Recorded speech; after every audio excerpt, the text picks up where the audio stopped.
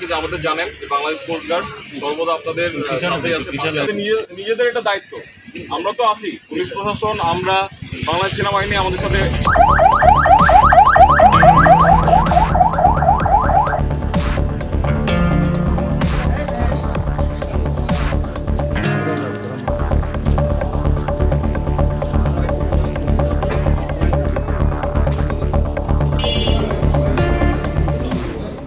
আমাদের প্রতিনিয়ত যে টহলটা আমরা জারি রেখেছি, আমাদের আপনারা জানেন আমাদের কোস্টগার্ড পশ্চিম জোনের আওতাধীন এই সমস্ত এলাকা, আমাদের মংলা এবং দাকক এবং এই সমস্ত সংলগ্ন যে ইউনিয়ন বা এলাকা রয়েছে সে সকল এলাকাতে এবং ল অ্যান্ড অর্ডার রিস্টোরেশন এবং সার্বিক পরিস্থিতি যেন সুষ্ঠু থাকে সে অবস্থায় আমরা আমাদের ভাইদের পাশে সবার পাশে আছি এবং এই আশ্বাস এবং এই প্রতিশ্রুতিতে আমরা সকল এবং কোস্টগার্ড বাহিনীর সদস্যসমূহ আমরা এবং সদস্যগণ আমরা প্রতিনিয়ত কাজ করে যাচ্ছি।